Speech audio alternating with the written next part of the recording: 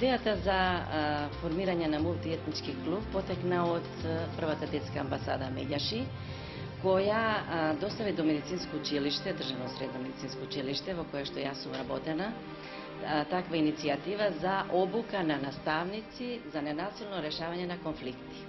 Јас се пријавив на таа обука, беа пријавени околу 24 професори од различна националност, македонци и албанци, која се одржа и после завршување на обуката ни беше дадено шанса да почнеме ние со реализација на тој проект. Јас се пријавив, се вклучив во реализација на проектот негде пред 2 години, заедно со колешката Јакуп Изумрета. Формиравме мешана група од 24 ученика, 12 од македонска националност и 12 од албанска националност, со која работевме и успешно го завршивме тој проект. Наредната година повторно имаше таква иницијатива исто од детската амбасада Меѓаши. Ние повторно двете се вклучивме, но во таа реализација на проектот учествуваше и Ана Битулјану и уште еден колега од медицинско училиште Попов Димче, исто со 24 ученика, 12 од македонска и 12 од албанска националност. Работевме на различни теми. На прво место ни беше ненасилно решавање на конфликти, затоа што нашето училиште е мешано, имаме ученици од сите националности. Големи проблеми не сме имале, меѓутоа имало некои ситни проблеми кои не наведоа на таа идеја да го реализираме тој проект. Темите кои го обработувавме во текот на нашите работилници беа во главном за конфликтни ситуации, како да се справиме со конфликтни ситуации, за етнички предрасуди, за стереотипи, родови разлики. Многу интересно им беше на учениците. Во главном работевме тимски, значи имавме тимска работа. Ние организиравме и работни акции, кои ги спроведувавме во училишниот двор, исто со истите ученици. Организиравме посета на семејства, македонско и албанско семејство, во чиишто кругови доаѓавме до сознание за обичаите во македонските семејства со одредени празници, исто и во албанските семејства. Организиравме посета на црква и џамија, која навистина посета беше посебна атракција за учениците. Многу беа задоволни, многу полни со прашања, интересирањето беше навистина неочекувано, сите се интересираа и за едната и за другата вера, и тоа некако ги издружи учениците, стана многу блиски другари, пријатели и ги наведе да се дружат и во слободното време. Така, ние сме ученици од Никола Карев, јас сум Марија, ова е македонка. Ние сме членови мултиетничкиот клуб, кој што се вика НИЕ. НИЕ всушност значи нација, идентитет и етникум. Овој клуб работи од ланскиот февруари, значи февруари 2005, а македонка е нов член, од пред неколку состаноци ни се приклучи, многу ни е мило, како и многу други ученици од Никола Карев. Друга работа што сакам да кажам дека имаме две прекрасни менторки, Нада и Пале. И со нив многу убаво си поменуваме на работилниците, на кои што се работи за ненасилство, насилство, зборуваме за толеранција, полови разлики и многу други работи кои што се одигруваат преку некои игри, преку не она екс-катедра предавање, тука едноставно така една пуштена, релаксирана атмосфера имаме. Инаку во клубот имаме припадници на македонската нација, имаме грци, имаме хрвати, а од годинава почнавме да се работуваме со Зеплюш Марку. Имаме 4 нивни представничка и така сега клубот ни брои 21 член. И вчера имавме еден состанок и беше многу убаво, бидејќи се развива една меѓусебна соработка, меѓусебно разбирање и пред се дружење и забава. Мислам дека тоа е најважно. Што друго правиме? Наградата за летниот камп ни беше супер. Бевме во Охрид недела дена. Јас сум Азрет Јакупи, јас сум член во организацијата на Меѓаши, на глазбената организација. Јас сум ученик во средно медицинско Панче Караџозов, завен техничар, 4-та година. Јас во овој клуб се зачленив прво кога дојде новости дека се организира клуб во нашето училиште за спроведување на теми кои што навистина ни требаат во нашиот секојдневен живот, како например на однесувањето спрема двете мултиетнички групи на албанска прелука и македонска. Така што јас прв се зачленив самостојно. Сакам да бидам член на оваа група, бидејќи навистина сакам и секогаш што сакам да имам што повеќе друштво во мојот живот, да зголемам мојата мрежа на друштво. Во работилниците што ги работевме на часовите, научев многу нешта, така што се навистина со луѓето кои се знаем сега, се дружиме и понатаму од училиштето. Не само што се дружиме во текот на училиштето кога сме во смена на учење, туку така се излегуваме во ноќниот живот, заедно се дружиме, одиме еден кај друг пат, пиеме кафе, така што многу повеќе и подобро ни е вака, отколку минатите денови пред да се зачленам во оваа организација. Профитот од овој клуб е вистина голем, бидејќи јас како нормален ученик имав конфликти меѓу македонците, имавме некои конфликти меѓу себе, така што од кога почнав да се ангажирам во овој клуб, така и натаму нешто немам, туку повеќе и контактирам меѓу нив и повеќе се дружам. Јас сум Адријана Леновска, ученичка сум во Средното медицинско училиште, сум 4-та година. Моите почетоци во мултиетничкиот клуб беа проектите кои беа финансирани од детската амбасада Мегаши и правевме едукативни проекти кои што ги изработувавме на македонски, на албански јазик и ги предававме во нашето училиште и во многу основни училишта низ Скопје. Тие едукативни проекти, значи, се предава и на македонски и на албански јазик, зависно каков беше составот на учениците во основните училишта. Сега мултиетничкиот клуб, значи, во нашето училиште ни придонесе тоа да повеќе контактираме помеѓу себе, ние македонците и албанците, бидејќи додека не бев член на тој клуб, навистина не ги познавав и не контактирав со учениците од албанската националност. И од кога се зачленив, значи почна контактите, почна дружењето и да нема некои дополнителни конфликти, како што беа конфликтите додека не постоеше тој мултиетнички клуб. И сега лето од 7 до 14 август бевме во Охрид, во проектот кој беше наречен Летен камп, и таму имавме работилници кои ни помогнаа уште повеќе да развиеме таа комуникација помеѓу македонците и албанците и дружењето беше се поголемо. Сега во тој летен камп, значи, имавме еден дел кај што прошетки низ Охрид. Посетивме, значи, ја посетивме црквата во Свети Наум и џамијата во центарот на Охрид и до тогаш немав отидено во џамија и навистина тоа беше едно прекрасно искуство за мене, за да се запознам со обичаите на муслиманската култура и друго. Јас се викам Слободен Остеми, доаѓам од Средно медицинско училиште. Моментално тука сум волонтерски ангажиран да преведам некои билтени за да ги информираме децата во ова организација што го имаме. Како и слободното време го поминам тука во амбасадата да помогнам нешто со проветувањето на текстови и нешто слично. Јас сум Убавка Зимбакова, програм асистент на проектот при дружење на 5 мултиетнички клубови во Македонија, односно во 3 града од Македонија, Тетово, Куманово и Скопје. Тој проект пред се е финансиран од Европската комисија и е во поддршка со ОПСЕ и со Министерството за образование. Тековни проекти имаме многу повеќе, а еден од најбитните е и проектот детска недела, односно Global Action Week, кој што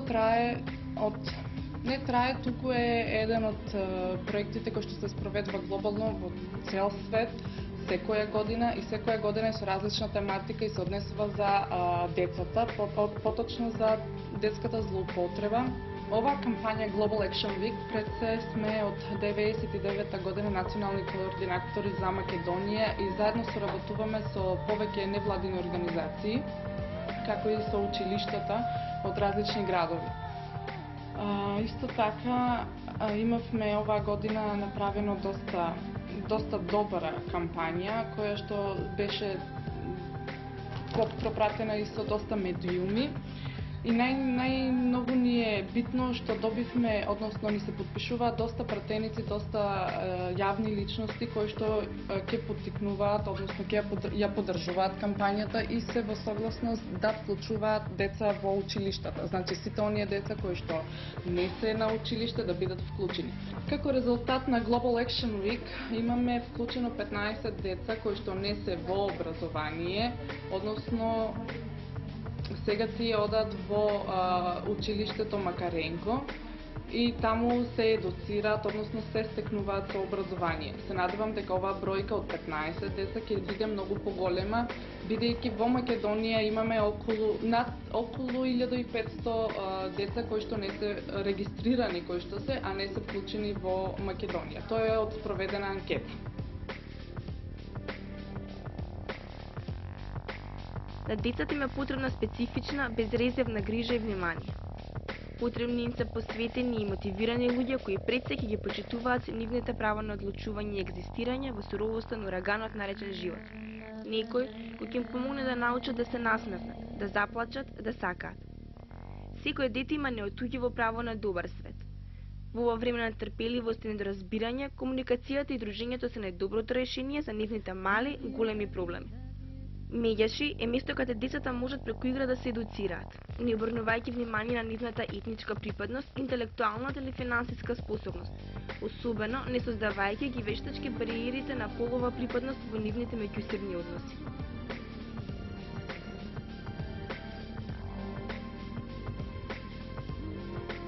Вака, SOS телефонот веќе е оформен уште од 1993 година постои, бидејќи самата амбасада Меѓаши е основана 1992 година. Значи SOS телефонот почнал со работа веднаш една година по формувањето на амбасадата. Инаку содржи повеќе на SOS телефонот работат повеќе волонтерки, околу 30 до сега кои што учествуваат во овој проект. Работиме со деца и млади, тоа е линија за помош на решавање на секакви проблеми што ги имаат децата и младите. Значи, работи линијата отворена бесплатна, телефонскиот број е бесплатен, линијата работи од 8 сабајле до 20 часот на вечер сме тука. Инаку се соочуваме со многу повици, до сега имало од прилика 15.000 јавувања, значи, на деца кои што имало некој вид проблем. Инаку, ние како волонтерки на SOS телефонот, тука сме за да првен обезбедиме, значи, активно слушање на нашите јавувачи, што значи пронаоѓање на сите можни алтернативи во однос на проблемот што јавувачот ги има. Значи, децата кога ќе се јават, тие најчесто всушност не се ни прецизни во своите барања што ги имаат кон нас. Претежно имат некој проблем љубовен или школски проблеми со насилство многу често, например, во семејството, на училиште, меѓу врсниците.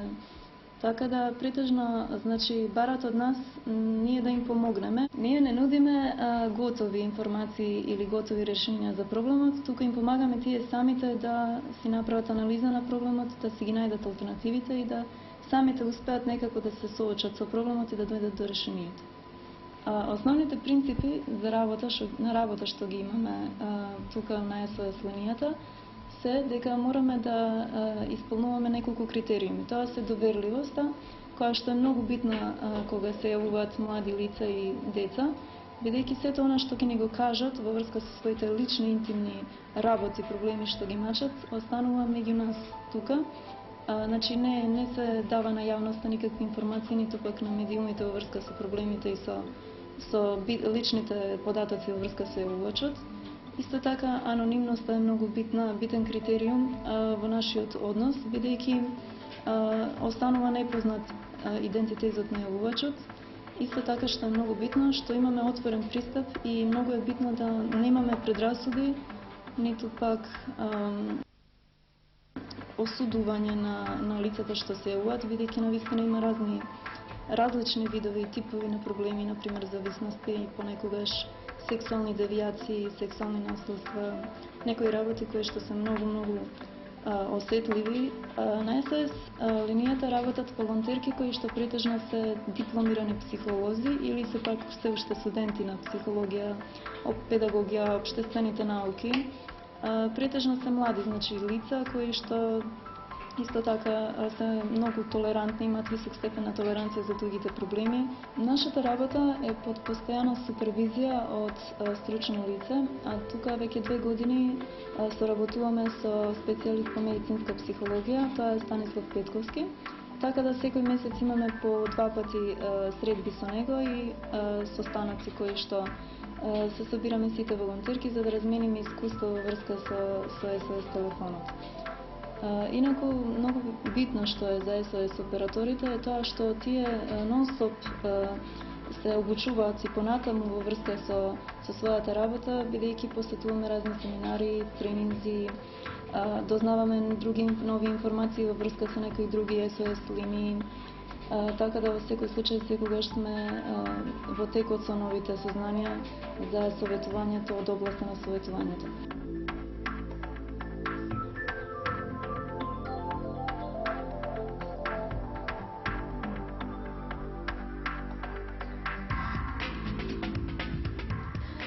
Здраво, јас сум Миријана Буразер, една од координаторскиот тим на детските работилници на првата детска амбасада Мегеши. Прво неколку збора за почетоците на работилниците. Тие датираат од 1993 година, значи функционираат без престанок веќе 13 години. Инаку се одржуваат секој работен ден од 16 до 20:30 часот. Целта на детските работилници е да обезбедат неформално образование на маргинализираните деца. Сега може да се поделат на работилници со едукативен, етички и креативен карактер. Од нив би ги споменала 2 работилници за англиски јазик, 2 работилници за компјутери, 2 за уметност, 1 за оригами, стрип работилницата која што функционира во домот за деца без родителска грижа 25 мај, уште една работилница која што функционира вон просториите на Мегеши е работилницата за морални вредности во Војдан Чернодрински, потоа работилница за креативно пишување, театарска работилница, изброј до 10 која што е работилница за мировно решавање на конфликти и така натаму. Имаме 17 волонтери кои што активно волонтираат на чисто волонтерска основа и уште 4 координатори кои што се студенти, како и повеќето од волонтерите кои што без никаква финансиска поддршка ги водат успешно овие работилници веќе 3 месеци. Деца члenoви при детските работилници 2005-2006 година се околу 110 на број и оваа цифра варира од 5 до 15 дечиња во зависност од интересот за или посебната работилница.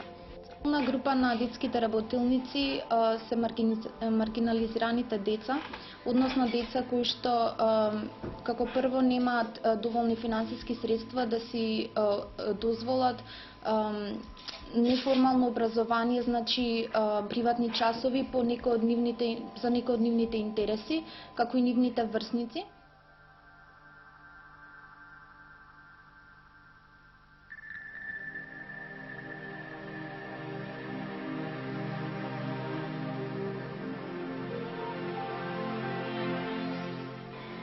Царовска Мила, студент на Институтот за социјална работа и социјална политика. Во Мегеши сум волонтер веќе година, една година. Работам во драмската работилница и во стрип работилницата во домот за деца со социјални проблеми 25 мај.